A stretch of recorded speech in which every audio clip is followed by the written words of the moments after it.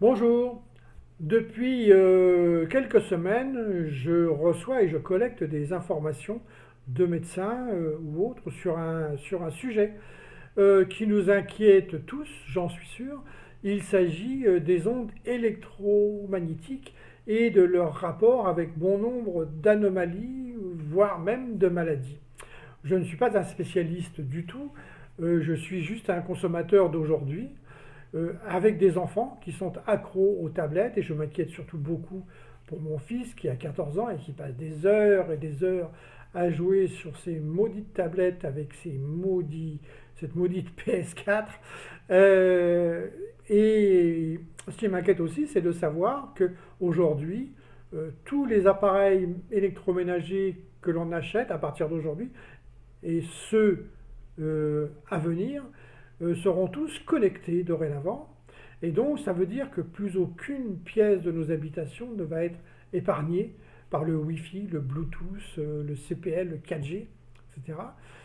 Et tout ça n'est pas très très rassurant. Je m'appelle Alain, je suis parisien. J'ai passé une grande partie de ma carrière professionnelle justement dans les métiers de la beauté, de la mode, de la forme et de la santé. Donc tous ces sujets-là m'interpellent et aujourd'hui je ne vais pas vous faire un long discours sur les ondes électromagnétiques.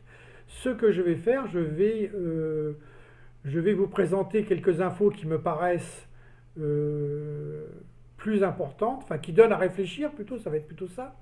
Et si vous voulez en savoir plus, je vais mettre à votre disposition en pièce jointe, à la fin de la vidéo, les documents que j'ai consultés depuis quelques semaines. Libre à vous de les télécharger et si le sujet vous intéresse, de vous documenter davantage en les lisant. Tout cela est parfaitement gratuit, bien entendu.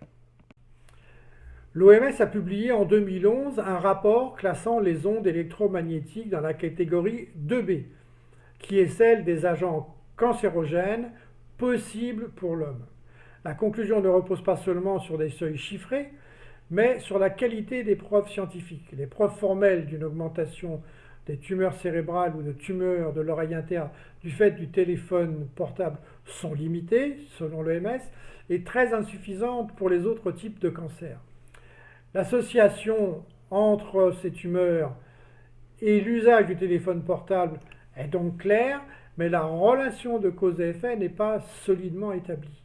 Alors ne soyez pas dupes, c'est ce type de raisonnement qui justifie l'immobilisme de la part des différents fabricants d'appareils ou de systèmes émettant des champs électromagnétiques et l'oubli du sacro-saint principe de précaution. Vous avez entendu parler, bien entendu, des effets cumulatifs. Ça vous rappelle quelque chose quand je vous parle de parabènes, quand je vous parle des gels douche qui ont été retirés du marché, quand je vous parle des couches pour bébés pendant l'hiver qui ont fait un scandale. Tout ça, c'est parce que il y a une dose infinitésimale d'un produit qui est reconnu ou soupçonné d'être toxique et que on part du principe que le fait de le consommer tous les jours provoque un effet cumulatif qui peut être nuisible à notre santé, voire même apporter des maladies graves. Et c'est bien là tout le problème avec les ondes électromagnétiques, c'est que l'on y est traversé tous les jours, toute la journée, et pour ceux qui dorment avec leur téléphone, avec leur télévision dans la chambre, même la nuit, on y est tout le temps. Alors pour l'instant, il n'y a que de la suspicion, il y a des doutes, rien de certain, mais le risque est là quand même. Parce que par exemple, en Suède, l'hypersensibilité aux ondes est reconnue comme une maladie depuis les années 2000. En France comme en Italie, il a fallu que la justice s'en mêle pour que les lignes bougent un peu. En Italie, les juges ont condamné l'État à informer la population sur les dangers des téléphones portables.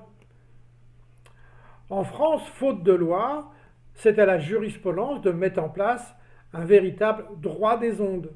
Cependant, il faut dire que 3 décisions importantes ont été rendues ces derniers mois et même ces tout derniers jours, puisque le 19 mars, le tribunal de grande instance de Toulouse a estimé que des personnes reconnues comme électro-hypersensibles pouvaient refuser l'installation d'un compteur Linky. Vous savez, ce fameux compteur Linky qui n'a pas l'air d'être innocent. Franchement, il n'a pas l'air d'être innocent celui-là. Et cette décision confirme que pour la justice, les ondes peuvent avoir des effets sur la santé et que certaines personnes peuvent être électrosensibles. En janvier 2019, le tribunal administratif de Cergy-Pontoise a reconnu que l'électro-hypersensibilité pouvait être une maladie du travail. Également en septembre 2018, une décision similaire a été rendue par le tribunal par le tribunal des affaires sociales, voilà, pour un salarié du secteur privé. Par exemple, les ondes électromagnétiques provoquent-elles la maladie d'Alzheimer? Alors, cette maladie en particulier a connu des augmentations très rapides et inexpliquées depuis 20 ans. Alors bien sûr, on dit que la population vieillit et qu'il est normal qu'il y ait plus de personnes qui soient atteintes par cette maladie, mais en 20 ans, la population a vieilli de 3 ans, pas plus. Et puis la maladie d'Alzheimer, elle ne s'atteint pas en toute fin de vie, elle ne se contracte pas en toute fin de vie, vers 80 ou 90 ans. On en est atteint vers 50-60 ans plutôt, et elle progresse doucement dans la vie quotidienne, amenant à la dépendance, au non-contrôle de soi. Donc, est-ce qu'il y a un parallèle à réaliser entre l'augmentation brutale, la prolifération des ondes électromagnétiques et la maladie d'Alzheimer? Pour l'instant, on est toujours dans le domaine du doute.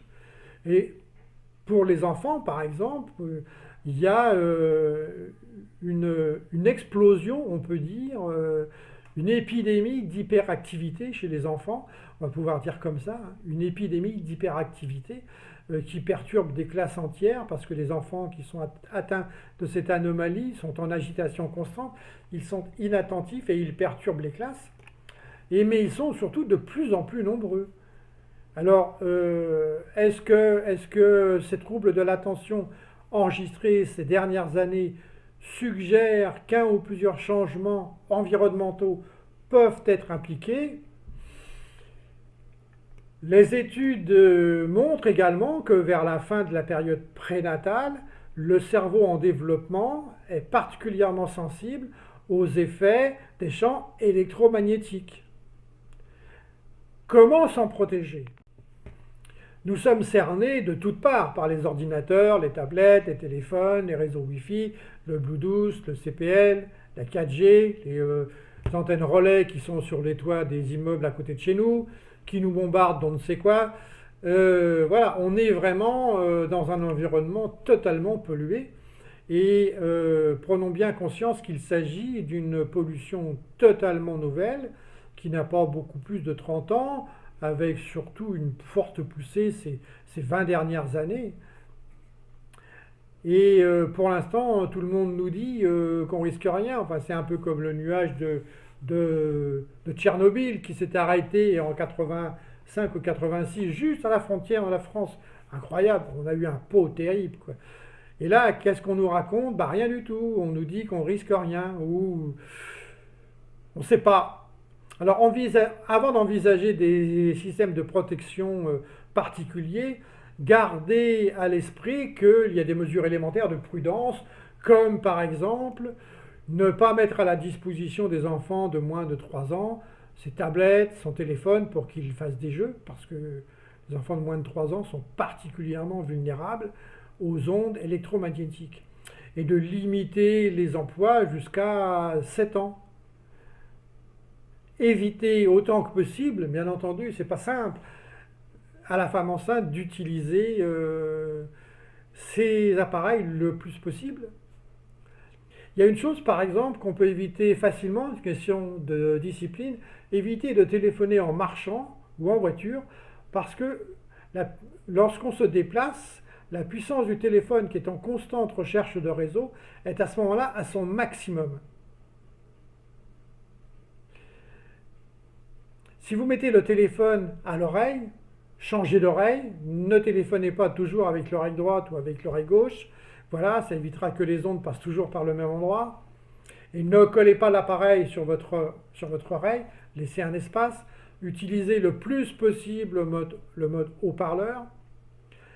Interdisez et interdisons-nous aussi de travailler sur son portable dans le lit avant de s'endormir et juste de le fermer, de le laisser en veille sur la table de nuit à côté de nous, parce que tout ça pendant toute la nuit il va nous bombarder d'ondes et c'est pas franchement une bonne idée. Et si nous chargeons nos appareils pendant la nuit, faisons-le dans une pièce où nous ne sommes pas en train de dormir, parce que pendant qu'ils chargent, on est bombardé d'ondes. Évitez, comme je vous l'ai dit tout à l'heure, de laisser en veille votre téléviseur. Si vous avez un téléviseur dans votre chambre, évitez de le laisser en veille en vous contentant de l'éteindre, avec la télécommande. Je sais bien que quand on l'éteint, c'est qu'on est cuit, on est mort, on est prêt à s'endormir.